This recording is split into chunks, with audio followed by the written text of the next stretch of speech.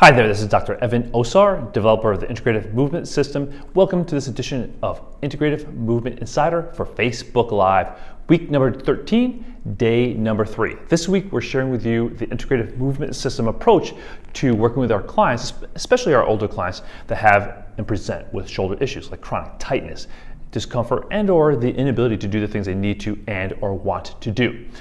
Yesterday, I shared with you a very simple assessment because most of the shoulder problems that we look at in our clinic, on our clients, on our patients, really has to do with how our clients are aligning their head and neck and rib cage over top of their pelvis, or that thoraco-pelvic cylinder.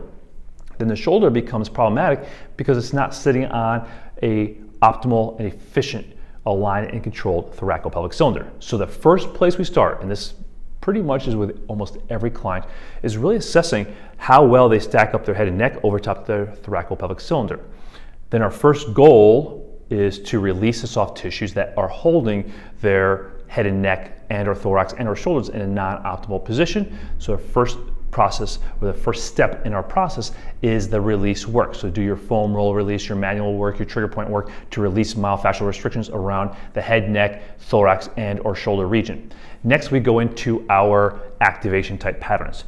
The most effective pattern we found for retraining optimal alignment of the head and neck and thorax relative to the shoulders is a modified quadruped sit back. So we created this pattern specifically to address alignment of the head and neck as well as the thorax over top of the pelvis. Here's how the modified quadruped pattern looks.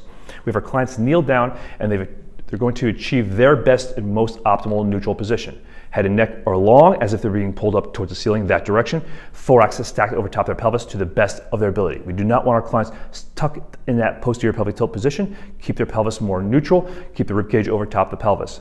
From here, they're going to hinge forward, placing their hands on a bench or stack of steps. Now from here, they're going to breathe in as they come up and then breathe out to hinge back. So in this position, and this position, there should be no change in the thoraco-pelvic cylinder head or neck alignment. So that way the head and neck and thoraco-pelvic cylinder remain aligned throughout the pattern. So there's no change in their alignment. So you're teaching them how to sit back in the hips, you're teaching them how to lengthen out underneath the arms, you're teaching them how to maintain this alignment, because ultimately this position will become the modified plank position. And this position will also become the plank position as the legs become more extended out here like this. This becomes now your plank position for your push-ups and all the other patterns that come from the plank pattern.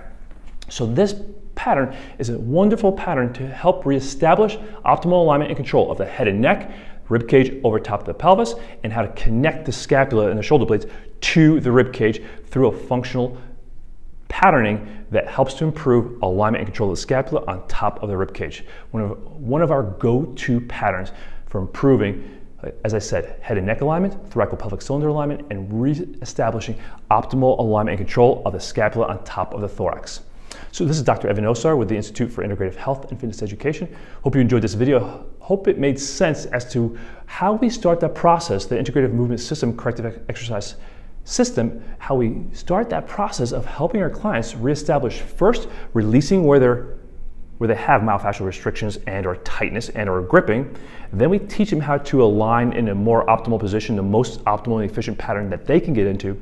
And then we teach them how to move from that place, because then we'll tie that together in the integration phase of the Integrative Movement System tomorrow, where we teach you how to align and control our clients in their fundamental pushing and pulling patterns. And remember to stay tuned for Friday for our special once a year, first time we've ever done this, offer on our live Integrative Corrective Exercise Instructor program, where we teach this entire Integrative Movement System, as well as our online resources if you're looking for more resources on the thorax, shoulder, hip, knee, and or ankle and foot complex. So this is Dr. Evan Osar. Make it a great day. We'll see you tomorrow on Facebook Live.